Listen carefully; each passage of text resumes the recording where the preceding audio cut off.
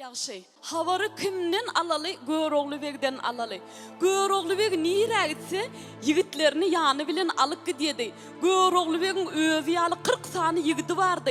40 yigitinin baş tutanına sapar közü diyediler.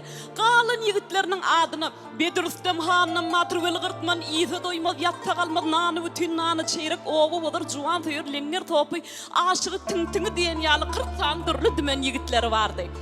Göroğlu ve günlerin birinde yigitlerini alıp Gürcistan diyen yurda gidip bar yaka imma yollu yigitlerin yüreğini korku bağladı.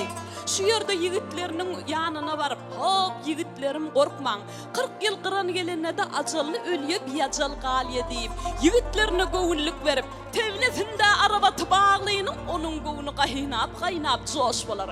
Dan yılını ılgap yürün yigitin bedevatı oynar gövzümez olur deyip bir beş kelime söz deysin gör vak näme diyerken. Hani berekallah yigitler.